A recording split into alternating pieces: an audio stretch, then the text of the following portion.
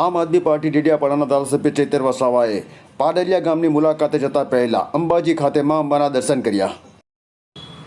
ત્યારબાદ મીડિયાને સંબોધન કરતા જ્યારે ભીલ પ્રદેશને લઈને મીડિયાએ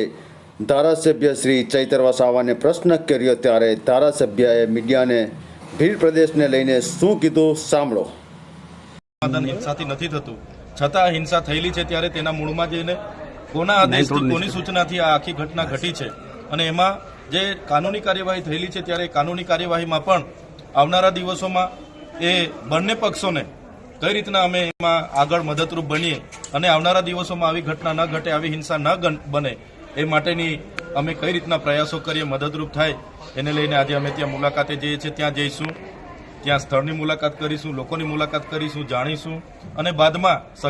સત્ય હકીકત સૌને અમે જણાવીશું. છેતરભાઈ, એક વસ્તુ બીજું પૂછી લઈશ કે જે રીતનું આપનું એક નિવેદન હતું કે જો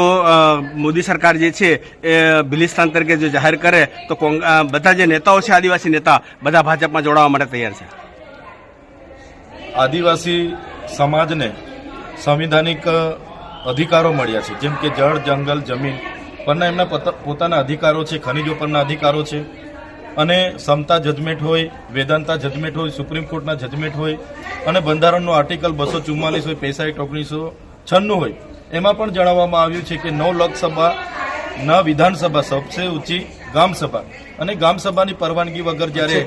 બારોબાર તંત્ર આવે ને અમારી જમીનો છીનવાય ત્યારે અમારે સ્વાભાવિકપણે સરકારને કહેવું પડે છે કે ભાઈ દેશના વિકાસમાં અમે આટલું મોટું યોગદાન આપ્યું હોય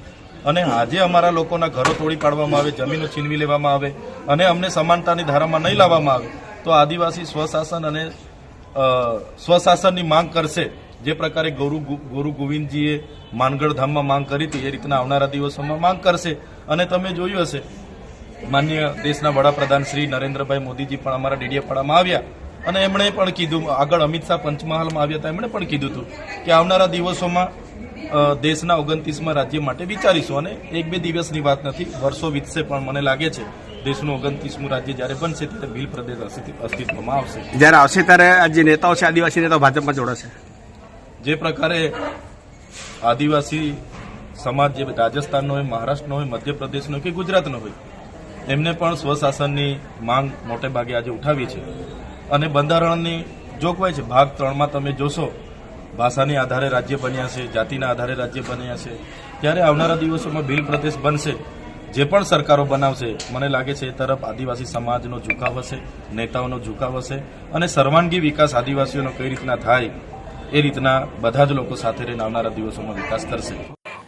યુનિટી લાઈવના ફેસબુક પેજ, ઇન્સ્ટાગ્રામ